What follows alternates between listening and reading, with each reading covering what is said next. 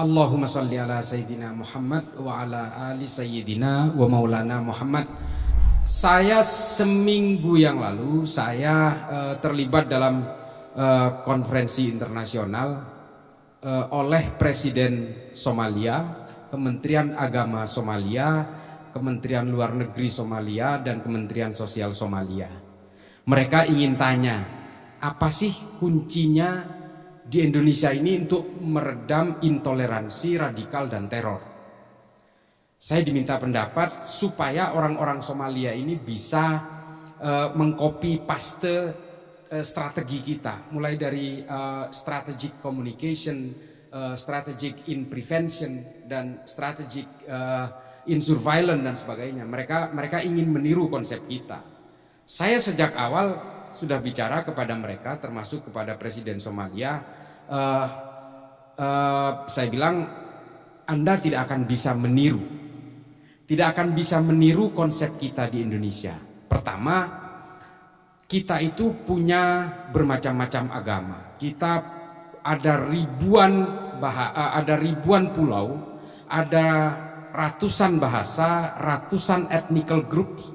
Ya, bukan suku, tapi kita menyebutnya ethnical groups. Karena di Jawa sendiri ini sebenarnya sukunya Jawa semua, tapi ada beberapa ethnical groups. Nah, kemudian kita juga punya beberapa bahasa dan beberapa agama, beberapa tafsir agama. Makanya saya bilang juga kepada mereka bahwa di Indonesia itu tidak ada orang yang menganut agama. Di Indonesia itu menganut tafsir agama. Saya katakan itu juga di TV One. Dan itu kita harus jujur mengakui itu. Orang Hindu yang ada di Bali itu beda dengan Hindu yang ada di India. Kalau sampean tanya ke saya, Islam ini agamanya apa? Saya akan bilang Islam. Tapi pasti ada pertanyaan lanjutan yang mungkin tidak akan diucapkan. NU apa Muhammadiyah? Kalau ditanya manhajnya apa? Mazhabnya apa? Syafi'i, Maliki, Hambali, Hanafi. Kita ini bermacam-macam. Sama-sama Islam. Demikian juga dengan orang Kristen. Kalau kita tanya agamanya apa Kristen, Katolik apa Protestan, Ortodoks, Yehova, Mormon, atau kita di Ortodoks sendiri ada Yunani Ortodoks, ada Koptik, bermacam-macam, ada Maronit seperti yang dianut oleh orang-orang Suriah dan Libanon, macam-macam. Makanya kita ini sebenarnya adalah penganut tafsir agama. Lalu saya bilang ke pemerintahan Somalia, bagaimana dengan Anda? Dia agak bingung. Yang menjawab itu namanya kalau tidak salah Muhammad Jelle. Ini dari Kementerian Agama. Dia bilang, nah itu persoalannya. Dia bilang, kami ini semua penganut Wahabi Salafi hampir 100%. Tapi konfliknya sampai hari ini belum selesai. Coba bayangin. Di Indonesia kita berbeda agama, bahkan yang seagama pun tafsirnya bermacam-macam. Tapi kita alhamdulillah bisa terselesaikan persoalan-persoalan ini. Nah, hal-hal seperti inilah yang kemudian menjadi garis besar di sini. Saya bilang, I think you want, bahasa Inggris lagi sok tahu, sok jago. Tapi intinya gini, kalian tidak akan bisa meniru konsep Indonesia karena apa? Kalian itu tidak punya satu titik kunci di Somalia. Saya bilang, kalian tidak punya satu organisasi yang bernama Nahdlatul Ulama. Mereka nanya. Ini saya jawab seperti itu. Wallahi, ini saya bukan itu. Karena orang Nahdien, saya lahir di Madura sama seperti Gus Zen ini. Saya lahir di Madura, saya keluarga ibu saya dari Nahdien tulang sumsum. Nah, bapak saya ini Muhammadiyah. Meskipun bapak saya bukan Muhammadiyah. Bapak saya itu menjadi Nahdien karena menikahi ibu saya. Keluarganya masih Muhammadiyah. Tapi setiap ada keluarga saya yang meninggal, di keluarga bapak saya yang paling depan selalu mentahlilkan itu. Setiap bulan Maulud, saya selalu mengadakan maulid dan di kampung saya, di kampung bapak saya. Bodoh amat saya nggak adain. Karena ini bukan karena soal fanatisme terhadap Nahdlatul Ulama, tapi saya melihatnya secara empirik apa yang terjadi di negara-negara yang menganut Wahabi Salafi. Nanti saya ceritakan. Saya sudah berkeliling, saya sudah ke Afrika kurang lebih 3 kali, saya sudah ke beberapa negara di Timur Tengah, ke negara-negara di Asia Selatan, di Asia Tengah, ke Filipina, dan juga ke beberapa negara di Amerika Selatan. dan saya kebetulan belajar di Amerika dan tinggal di Amerika kurang lebih 6 tahun. Saya tahu semua bagaimana gestur-gestur cara beragama orang-orang yang mengaku beragama. Saya tahu gestur-gestur orang yang mengatakan sebagai orang sekuler, orang liberal dan sebagainya. Saya tahu persis. Oleh karena itu, saudara-saudaraku sekalian, kemudian apa yang saya bisa berikan kepada orang Somalia, saya bilang, Anda harus bisa mendirikan sebuah organisasi yang setidaknya mirip dengan NU. Saya ceritakan, NU itu adalah semua dimulai dengan akulturasi agama, akulturasi budaya. Saya jelaskan seperti itu. Dan mereka memang tidak punya itu. Ini persoalannya. Kekuatan dua politik terbesar di Somalia, sesama Wahabi Salafi ini bentrok. Satu berafiliasi ke Arab Saudi, satu ke Qatar. Ini sama-sama Wahabi Salafi. Al-Shabaab yang melakukan pembantaian di negara-negara tanduk Afrika dan menguasai setengah wilayah Somalia ini penganut paham yang sama, Wahabi Salafi juga. Kekuatan-kekuatan di dalam tentara dan polisi di Somalia itu dipimpin oleh sebuah organisasi kajian Islam yang namanya Al-Ittihad Al-Islamiyah yang dipimpin oleh seorang jenderal. Wahabi Salafi juga. Coba bayangin, orang yang ingin memerangi terorisme dan terorisme yang ingin diperangi pahamnya sama. Makanya saya bilang we have 4 points. Kita punya 4 poin yang harus dilakukan di dalam negara Somalia. Satu, mereka harus punya Pancasila. Ini berat sekali. Saya ceritakan mengapa Pancasila ini bisa diterima oleh mayoritas orang Islam. Saya ceritakan mulai dari Mbah Hashim dan sebagainya. Panjang kalau saya ceritakan di sini dan saya yakin teman-teman tahulah itu. Kemudian yang kedua, mereka ini tidak mau berdampingan dengan orang yang berbeda. Karena kalian, saya bilang, menganut faham-faham Ibnu Taimiyah yang memang tidak menghendaki perbedaan. Kalian ini adalah penganut faham-faham dari Sayyid Qutb dalam Fi Dilalil Quran, Ma'alim fil Thoriq, dan faham-faham yang dianut oleh Muhammad Qutb dalam Jahiliyatul Qarnil Ishrin. Dan juga kalian ini terlalu terbiasa dan luas untuk memberikan pemahaman-pemahaman Abu Bakar Naji dalam Idarat at-Tawahhush, sehingga kalian ini berperang bukan ingin mematikan brutalitas, tapi kalian sebenarnya adalah merebutkan porsi-porsi brutalitas itu. Hari ini pemerintahan di Somalia juga melakukan praktek-praktek brutalitas, bukan atas nama agama, bukan atas nama tafsir, tapi atas nama politik.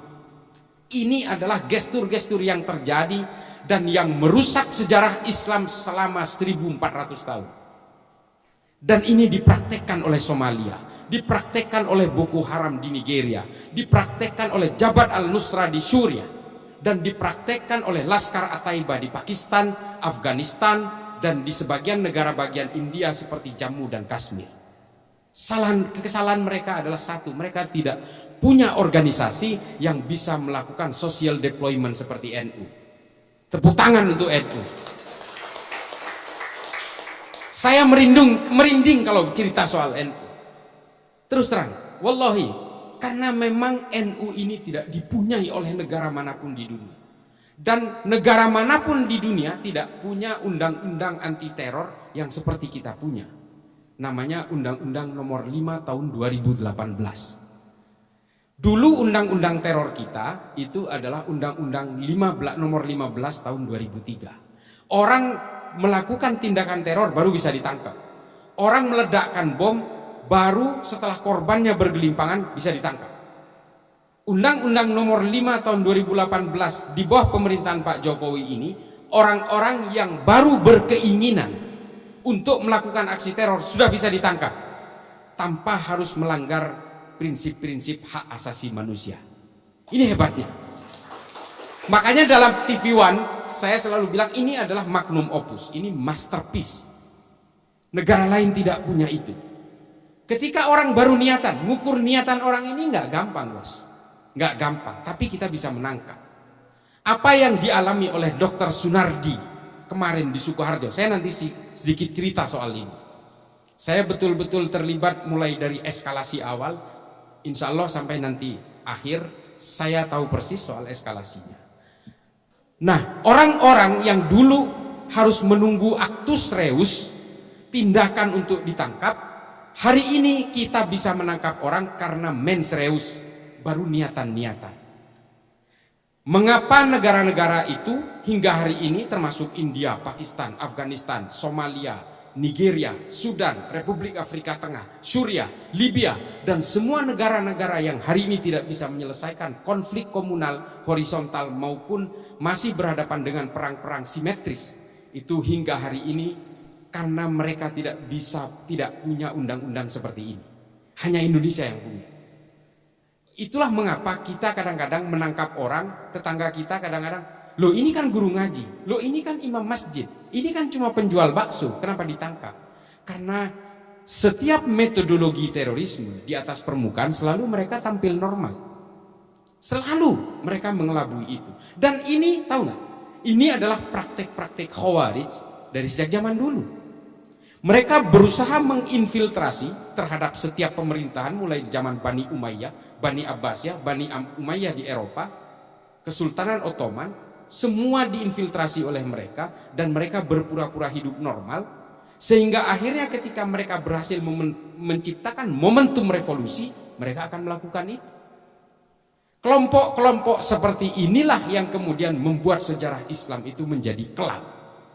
Kita tahu kan ketika Nabi Muhammad wafat, jenazahnya belum dimakamkan, Muhajirin dengan Ansor sudah pecah, Sa'ad bin Ubadah dengan Sayyidina Umar sudah mengangkat pedang, lalu setelah itu terjadi pembunuhan-pembunuhan terhadap Sayyidina Abu Bakar, peracunan-peracunan terhadap Sayyidina Abu Bakar berulang kali terjadi, Sayyidina Umar dibunuh, taruhlah yang ngebunuh itu orang Majusi, tapi kan di belakangnya bukan orang Majusi, orang Islam di belakangnya. Pembunuhan Sa'ad bin Ubadah di Aleppo, ketika dia sedang buang air kecil dipanah dengan 2 anak panah di dahi dan di ulu hatinya. Mungkin kita nggak tahu karena kita malas baca kitab sejarah, Tarikh At-Tabari, Tarikhul Khulafa, kita kan malas. Tapi saya insya Allah sudah baca itu, silakan bantah saya. Nah, kejadian-kejadian seperti ini termasuk pembunuhan yang sangat brutal terhadap Sayyidina Utsman ibnu Affan, pembunuhan yang brutal terhadap Sayyidina Ali, pembunuhan yang brutal terhadap Sayyidina Husain, dan peracunan terhadap Sayyidina Hasan, dan pembunuhan-pembunuhan antara bapak kepada anak, kepada bapak, ponaan terhadap paman, paman terhadap ponaan, ini berulang-ulang kali terjadi karena apa? Karena politisasi agama. Perang sesama umat Islam, perang Jamal, perang Siffin, perang Hurrah, perang Zab, ini semua terjadi karena politisasi agama. Inilah kemudian yang membuat sejarah-sejarah kita menjadi hancur lebur, menjadi getir, pahit, dan sebagainya. Dan kita hari ini disibukkan oleh urusan politik daripada ilmu pengetahuan. Ini yang terjadi di antara kita. Inilah yang kemudian dijejalkan oleh negara barat kepada orang-orang Islam supaya kita sibuk berpolitik dan kita lupa bahwa kita pernah melahirkan Rumi, Tabrizi, Al-Khawarizmi, Ibnu Sina, Al-Ghazali, dan juga kita tidak pernah lagi melahirkan Ibnu Rus, Al-Farabi, dan sebagainya. Kita tidak lagi menciptakan tahafud al-falasifah, kita tidak bisa lagi melahirkan tahafud at-tahafud dan sebagainya.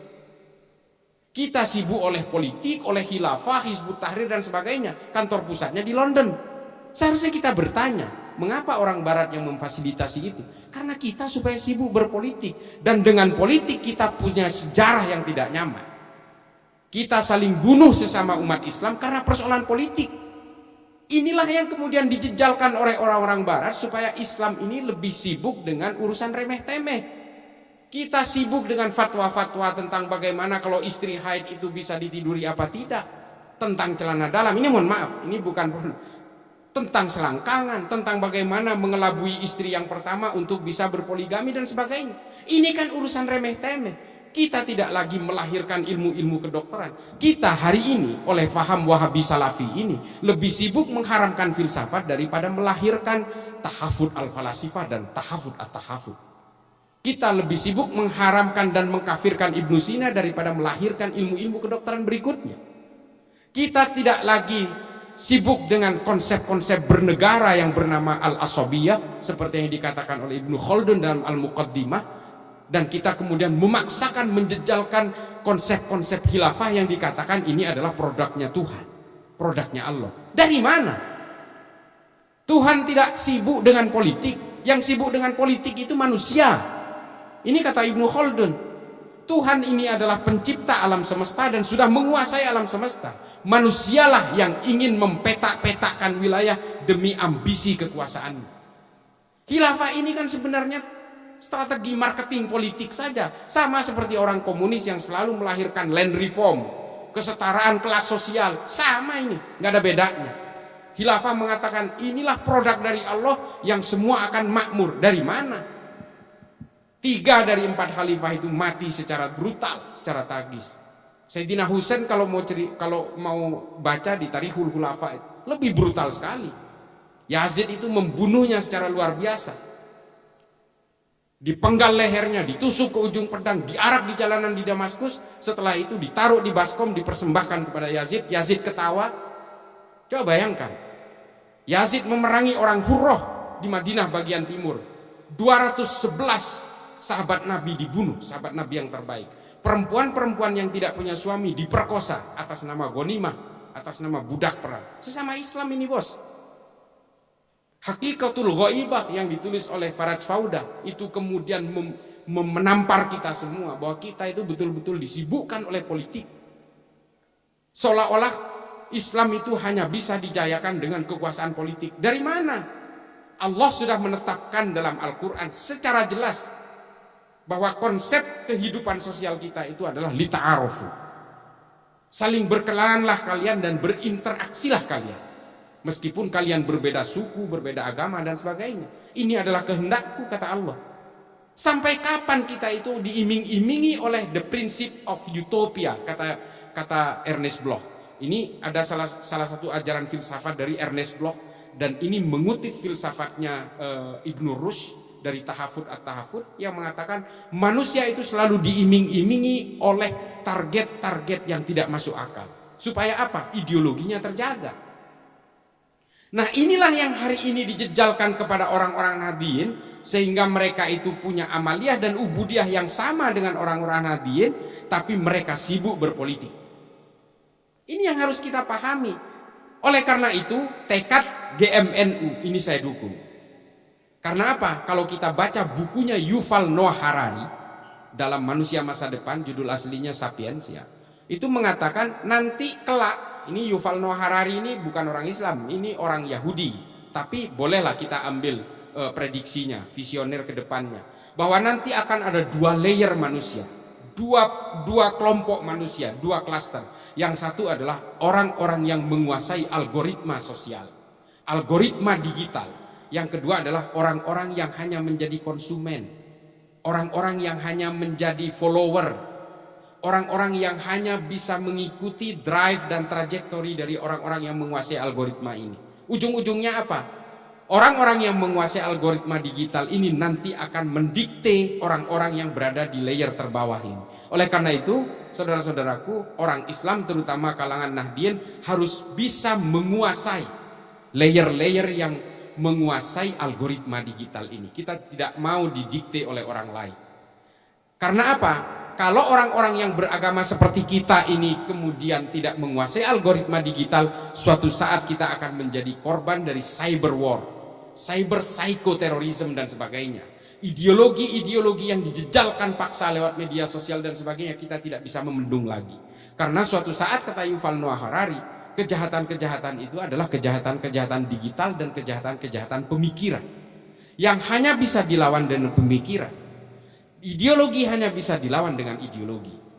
Kita tidak bisa kemudian menganggap remeh peradaban manusia ini. Peradaban manusia tidak hanya bisa dihadang dengan fikih-fikih. Kita boleh saja mengatakan itu haram, tapi peradaban tetap akan melakukan dengan akselerasinya. Mereka akan tetap bergerak dengan logikanya sendiri. Ini yang harus kita pahami. Kalau kita hanya bisa mengharamkan, ini haram, nggak boleh. Apakah kemudian akselerasi peradaban manusia akan berhenti? Tidak. Yang menjadi korban nanti adalah anak cucu kita. Ini yang harus kita pahami. Nah, perang-perang cyber nanti, perang simetris seperti Rusia dan Ukraina, ini mungkin adalah aksi-aksi terakhir. Setelah itu nanti ada cyber terrorism. Misalnya, kita tinggal ngehack kereta api Indonesia misalnya. Tinggal dihack sistemnya, lalu dibentur-benturkan langsir kereta itu. Semua kereta di seluruh Indonesia akan berbenturan. Sistem traffic management kita di Jakarta misalnya dikuasai, dihack, lalu kemudian dimatikan seluruh lampu merah di Jakarta, tabrakan terjadi. Yang paling konyol adalah kalau kemudian rudal-rudal asing yang sedang latihan militer dibelokkan ke negara kita atau ke wilayah kita, selesai. Belum kita bicara soal sirkulasi orbit satelit, dimatikan semua handphone di sini, mau apa kita? Inilah cyber war terrorism itu. Apakah kita sanggup memasuki itu? Tidak. Sampai saat ini Islam itu masih belum menguasai itu. Kita sibuk berpolitik, bos. Kita masih sibuk dengan survei-survei. Kita masih sibuk dengan jubah-jubah kesalehan. Bukan itu tujuan kita. Kita harus bisa men-take over kehidupan-kehidupan digital itu. GMNU ini salah satu avant-garde, salah satu toliah dalam gerakan-gerakan ini. Makanya gerakan-gerakan GMNU untuk bisa menguasai media sosial, media-media digital, ini memang harus kita pacu, selain lembaga-lembaga yang lain tentunya. Insya Allah saya sampai saat ini berkeliling kemana-mana ke seluruh Indonesia. Saya sampai kadang-kadang itu saya paling takut itu kalau terlalu lama di luar rumah itu takutnya koper baju saya ada di got lama-lama. Saya sering diprotes oleh anak istri saya. Kapan pulang? Sementara saya ada di pojok Poso sana. Hal-hal seperti inilah yang harus kita bangun. Saya nggak peduli. Saya sering dibilang saya ini sekuler, liberal, Syiah, bodoh amat. Saya nggak peduli. Saya tetap Nahdien. Nggak ada cerita. Saya dikafirkan, dimasukin ke neraka, ya silakan aja. Nggak apa-apa. Saya baca syahadat kok tiap sholat.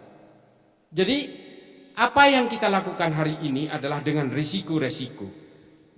Seperti yang terjadi kemarin, ini saya udah janji mau cerita soal Dr. Sunardi. Ini yang terakhir. Hari ini kita betul-betul, negara hari ini betul-betul dihakimi oleh kelompok-kelompok yang menurut saya punya pemahaman bahwa terorisme itu identik dengan Islam. Terorisme itu tidak ada agamanya. Tidak ada agama yang menganjurkan terorisme dan ekstremisme. Apalagi Islam.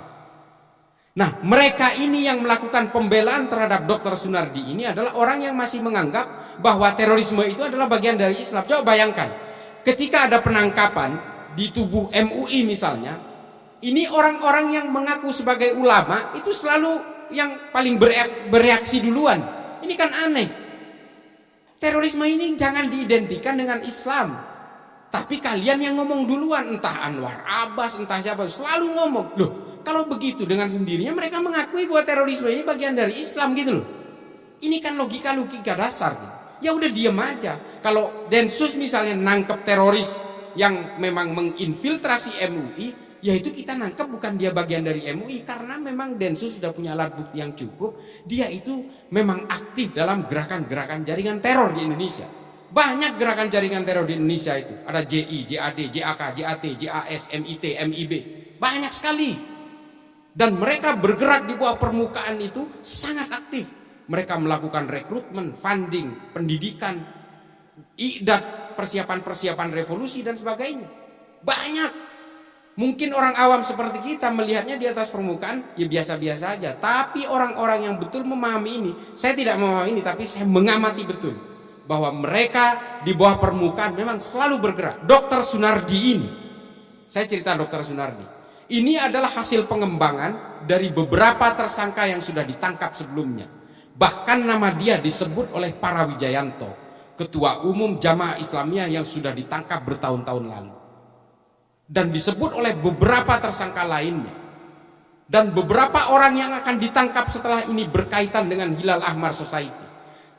Dia adalah ketua umum Hilal Ahmar Society. Tahu nggak Hilal Ahmar Society? Ini organisasi yang sudah dilarang oleh PBB, dilarang oleh Uni Eropa dan beberapa negara seperti Trinidad Tobago, negara-negara di Amerika Selatan. Ini semua terjadi. Dan semua udah dilarang. Mengapa baru ditangkap sekarang padahal keterlibatannya sejak tahun 2015? Kita harus mengumpulkan alat bukti yang cukup seperti yang saya bilang tadi. Undang-Undang nomor 5 tahun 2018 ini bukan pekerjaan mudah. Orang yang baru berniat tapi ditangkap. Buktinya dari mana? Itu yang harus kita collect, harus kita generate. Oleh karena itu, Densus setahu saya tidak pernah bisa kalah dalam pra-peradilan karena sebelum nangkap semua alat buktinya sudah cukup. Media menyebutnya terduga, padahal ini sudah tersangka. Dan apa yang terjadi adalah ini, ada info yang harus saya berikan karena ini disiarkan.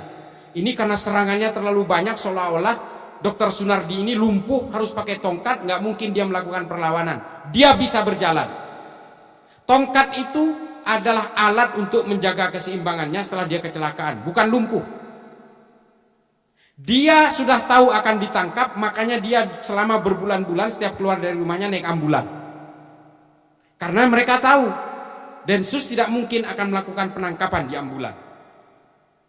Densus tidak mungkin melakukan penangkapan di rumahnya karena dia buka praktek dokter di rumahnya, tidak mungkin melakukan penangkapan di depan para pasiennya. Tidak mungkin melakukan penangkapan di depan anak dan istrinya. Ini tabu. Dan tidak mungkin juga Densus melakukan penangkapan di pondok pesantren, tempat dia berasal kemarin itu, dari Ulul Albab. Dia kan dari pesantren. Kenapa nggak ditangkap di pesantren? Itu standar operational procedure yang dipunyai oleh Densus. Tidak boleh melakukan penangkapan di lembaga pendidikan, di dalam rumah ibadah, di dalam ambulan sebagai paramedik. Tidak boleh dilakukan itu. Dan di depan anak istri beserta kalau dia dokter di depan pasiennya. Ini adalah rambu-rambu yang tidak boleh dilanggar. Itulah mengapa Densus melakukan penangkapan, membuat obstacle di jalan. Ketika dia sedang mengendarai mobil non-ambulan. Ini yang harus diketahui, belum ada yang menyuarakan ini. Mengapa saya tahu?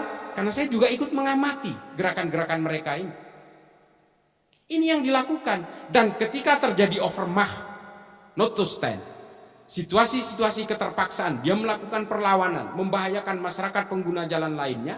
Dia melakukan perlawanan kepada petugas, dia menabrak mobil petugas, dan dua orang petugas yang naik ke bak itu dibawa sekencang-kencangnya oleh Sunardi. Dia berjalan siksak supaya dua petugas ini terlempar dari mobilnya. Dan betul, dua korban itu sampai sekarang dirawat di rumah sakit. Dalam situasi itu, petugas yang ada di atas sudah menggedor-gedor kap mobil itu supaya berhenti, dan dia mengatakan ini polisi, melakukan tembakan peringatan. Dia tetap tidak mau berhenti, sehingga kemudian terpaksa dilumpuhkan ke arah bawah. Makanya yang terkena itu adalah pinggul dan tangannya.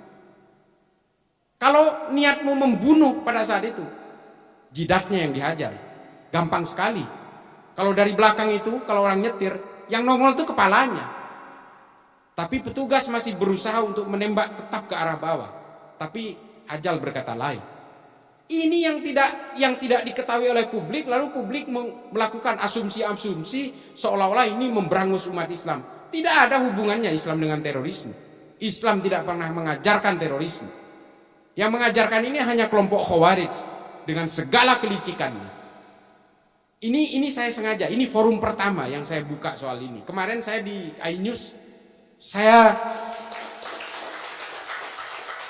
karena saya meyakini ini teman-teman Nahdliyin satu barisan sama saya, dan ini GMNU yang memang bertekad untuk bisa menguasai ranah-ranah digital, media sosial. Ya silahkan ambil quote saya, siarkan. Ada ribuan teroris yang ditangkap oleh Densus, yang sampai hari ini masih hidup di penjara, dan setelah keluar dari penjara dibina sehingga mereka insaf, mereka terderadikalisasi, mereka terintegrasi kembali kepada negara ini. Bahkan sebagian sudah di-NU-kan, salah satunya Ustadz Sofyan Sauri. Besok ini hari Senin mereka akan hadir di pengajian Gus Baha. Ini rutin. Densus melakukan itu. Dan saya salah satu yang dilibatkan untuk datang ke lapas-lapas, ke rutan-rutan di seluruh Indonesia untuk melakukan diskusi-diskusi ideologis. Saya dengan ke-NU-annya, mereka dengan kewahabiannya. Mengapa saya pastikan kewahabiannya? Belum pernah ada orang NU yang ditangkap secara fungsionaris.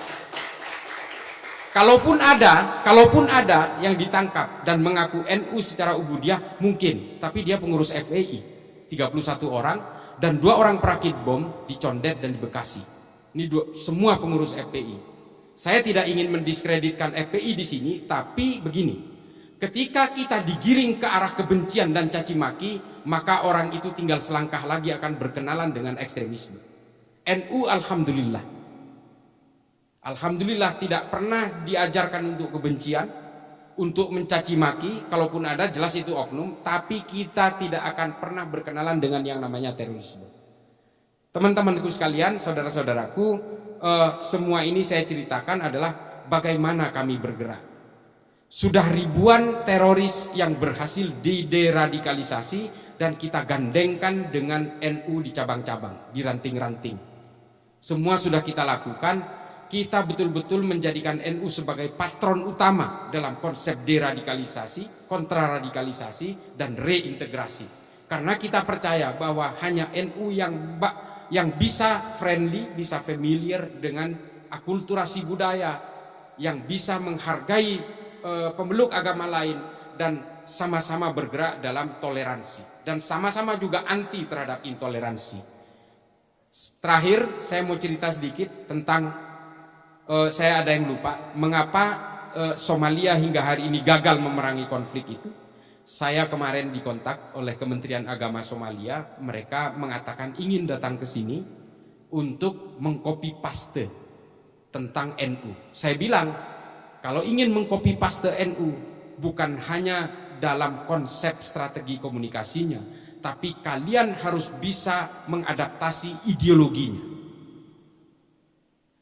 Ahlus Sunnah wal Jamaah yang berbasis wasatiyah ini harus kalian lakukan di Somalia. Kalau tidak, kalian akan terus berperang sesama umat Islam, sesama pemegang tafsir yang sama. Ini memang kita tidak boleh menutup mata. Ketika mereka berkenalan dengan politik, semua agama akan berkenalan dengan kejahatan. Semua. Perang sesama Kristen antara Katolik dan Protestan itu pernah terjadi di Eropa. 35% populasi Eropa menyusut, terbunuh karena perang agama, Bellum Sacrum namanya. Dan kemudian orang-orang Katolik Spanyol berusaha menjajah Amerika Selatan, membunuh orang-orang Yucatan, Maya, Azteca, Inca, semua menyusut hanya karena politisasi agama. Islam tidak boleh terlalu asik berpolitik, melakukan guliran-guliran ayat untuk mempertegas penguasaan populasi elektoral. Ini yang harus kita hindari.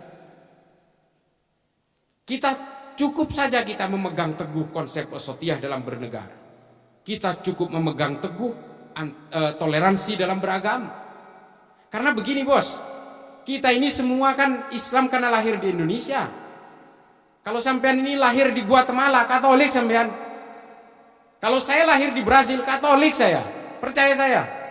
Kita ini kan Islamnya karena warisan. Lalu apakah sebelum lahir kita diberi tawaran oleh Allah? Kamu mau lahir dari orang tua beragama apa? Kamu mau lahir di mana? Enggak ada. Semua ini adalah takdir kelahiran kita. Lalu dengan takdir kelahiran kita yang dengan kemudian warisan agama yang berbeda-beda ini, apakah Allah akan menjerumuskan kita? Saya ditanya di Poso. Kalau begitu, Cak Islah ini mengatakan semua agama benar. Tidak. Menurut saya agama saya yang paling benar adalah Islam.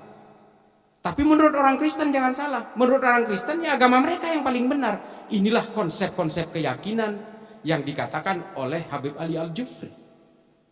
Konsep-konsep dalam berkeyakinan yang dikatakan oleh Syekh Usama Said Al-Azhari.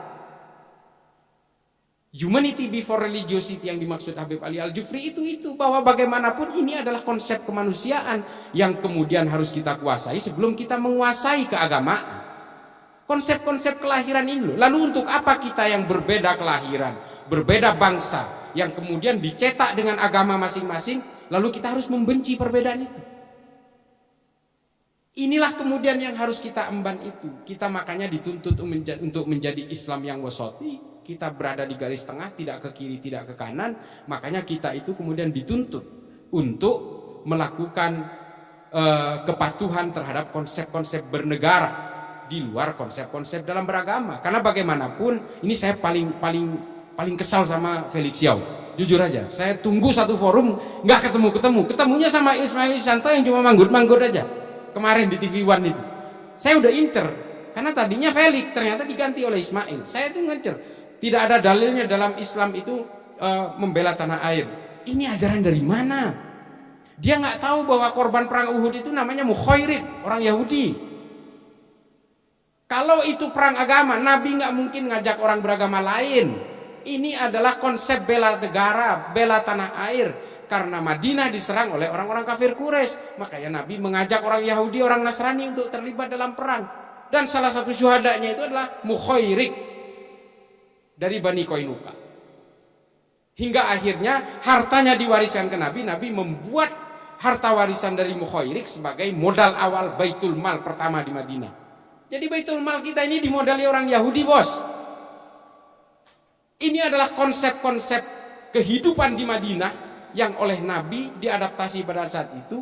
Nah, ini ajaran Felix Xiao yang mengatakan tidak ada dalilnya, ini dari mana? Ini yang pengen saya iniin. Khilafah itu yang disebutkan oleh Hizbut Tahrir yang kantor pusatnya di London, di dekat King College itu, dibiayai oleh orang-orang barat itu supaya kita betul-betul mabuk terhipnotis oleh kepentingan-kepentingan politik. Ini sudah bertahun-tahun terjadi, sehingga orang Islam lupa terhadap leluhur-leluhurnya yang lebih mementingkan ilmu pengetahuan. Dan hari ini kita dihadapkan oleh algoritma digital dan kita ketinggalan. Elon Musk itu sudah mau ke angkasa, mau ke bulan, mau ke Mars, segala macam. Kita masih sibuk dengan urusan bacaan sholat, bacaan niat untuk masuk ke kamar kecil. Ya Allah, udahlah, selesaikan itu. Belum soal nama, kalau Wisnu ini kafir, nama yang Sri harus ganti. Wayang diharamkan. Aduh, ini apa-apaan sih? Kita ini kok seolah-olah ingin dicabut akar budaya kita ini dari kebangsaan kita. Sehingga apa? Ketika otak kita sudah nol, kita dikuasai oleh mereka dan kita didikte menjadi boneka-boneka mereka. Ini kan semua politik.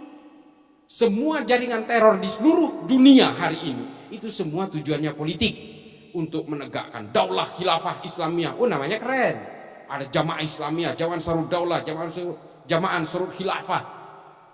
Wow, namanya keren-keren, Islami banget. Padahal semua tujuannya adalah membangkitkan revolusi, membentuk toliah-toliah untuk menguasai negara ini. Coba itu, Taliban. Bangga banget, kita usir asing. Hari ini apa? Mereka ngemis-ngemis kepada asing. Ini dunia hari ini. Tidak mungkin satu negara bisa hidup tanpa bantuan negara lain, kafir-kafir lain. Ini yang harus kita pahami. Saya terus terang paling suka menggunakan konsep-konsep sejarah karena tidak ada dispute di dalamnya. Tinggal kita adu literasi aja. Mau Ad-Dinuri, Ad-Dinawari, Ibnu Athir, Ibnu Kathir, Ibnu Mas'udi, Imam Suyuti, At-Tabari. Mari kita pakai semua literatur itu. Kalau fikih nggak ada batasnya, pasti debatnya panjang sampai kiamat itu. Saya nggak pernah mau pakai fikih, mau pakai ayat juga nggak pernah. Saya tampil di TV dimanapun, di seminar apapun, dengan kelompok HTI, kelompok Wahabi, nggak pernah saya mau pakai fikih-fikih. Selain saya memang bukan ahli fikih, fikih itu adalah interpretasi. Fikih itu adalah otak manusia. Agama itu bukan ideologi, tafsirnya ideologis. Saya ulangi, agama bukan ideologi, tafsirnya ideologis. Itulah mengapa pada jawab ini jadi panjang lagi tadi padahal udah terakhir. Itulah terakhir. Itulah mengapa ya pada abad ke-10 diskursus keilmuan di dalam Islam itu betul-betul dihargai. Coba bayangkan, apakah dulu kalau berbeda pemikiran dipenggal lehernya? Nggak ada, hanya orang-orang Wahabi yang melakukan itu. Ulama-ulama di Saudi ditangkap, dipenggal oleh Muhammad bin Salman karena dianggap berbeda. Itu memang perilaku Wahabi dari dulu. Nah, lalu apakah dalam Islam seperti itu? Tidak. Pada abad ke-10 dan abad ke-11, pemikiran ateisme yang hari ini diadaptasi oleh Darwin, oleh Engels, oleh Marx, oleh Lenin, oleh Feuerbach dan sebagainya itu berawal dari pemikiran-pemikiran orang Arab Islam. Oleh Abul A'la Al-Ma'arri dalam Al-Kullumiyah. Diadaptasi dari Al-Mukaffa. Diadaptasi dari Abu Bakar Ar-Razi. Ini adalah orang-orang Islam yang kemudian membuat pemikiran-pemikiran ateis pada abad 10 dan abad ke-11. 300 tahun setelah Nabi, pemikiran ateisme ini sudah muncul di dalam Islam. Dan ini diadaptasi oleh orang-orang Eropa yang memunculkan ateisme yang kita kenal hari ini. Mengapa mereka tidak dipenggal? Karena dalam Islam itu diskursus keilmuan itu betul-betul dihargai. Hari ini apa? Ibnu Sina dikafirkan karena orang Parsi, orang Syiah. Terus memunculkan apa dari orang Islam hari ini? Tidak ada. Filsafat dikafirkan, diharamkan, dan tanpa pernah melahirkan Rumi, Tabrizi, Al-Farabi, Al-Kindi, Al-Khawarizmi. Ibnu Rushd, tidak pernah lagi. Seperti yang saya bilang, dulu itu perdebatan antara Al-Ghazali dengan Ibnu Rushd itu buku melawan buku. Kan kita tahu Tahafud Al-Falasifah ditulis oleh Al-Ghazali, dilawan lagi oleh Ibnu Rushd dengan Tahafud At-Tahafud. Ini kan keren gitu, karena keilmuan. Kita enggak hari ini. Yang namanya partai berbasis Islam tiba-tiba sibuk dengan menyerang pemerintah urusan minyak goreng dan sebagainya. Ya kita tahu ini kelangkaan minyak goreng. Ya ini harus kita kritik. Mendaknya kayak apa dan sebagainya. Bukan kemudian mencari-cari kesalahan orang. Ini yang tidak boleh lagi kita terjebak di dalam politik praktis, pragmatisme politik dan sebagainya. Keilmuan di dalam Islam itu sudah hilang sama sekali. Hari ini kalau terjadi perbedaan, yang ada kita dipenggal, diancam dibunuh, digantung, dibakar dan sebagainya. Takbir. Wah.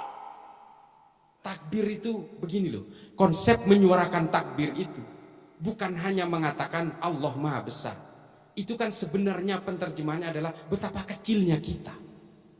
Ini enggak mengucapkan takbir, mengatakan Allah Maha Besar, tapi mengatakan dirinya juga besar dengan kesombongan.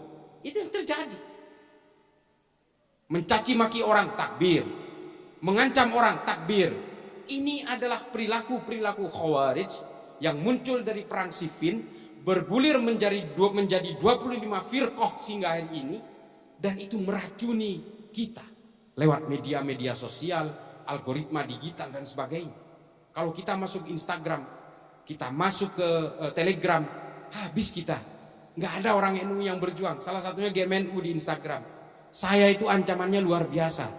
Serius, saya tiap hari itu dikafirkan, minimal mau dibunuh. Tapi apa saya takut? Insya Allah enggak. Ada teman-teman GMNU, ada kiai-kiai NU, ada ratib-ratib yang saya baca sangat rajin. Ratib Haddad, Ratib Al-Attos, saya rajin. Guru-guru kitab saya para habaib. Habib Ali Al-Kaf itu guru kitab saya. Hari ini saya sedang ngaji Irsyadul Ibad Zainuddin Al-Malibari kepada Habib Ali Al-Kaf. Terima kasih, mudah-mudahan ini menjadi manfaat. Kalau ada kesalahan itu datangnya dari saya yang fakir ilmu. Kalau ada kebenaran insya Allah itu datangnya dari Allah Ta'ala. Akhirul kalam, wabillahi taufiq wal hidayah. Assalamualaikum warahmatullahi ta'ala wabarakatuh.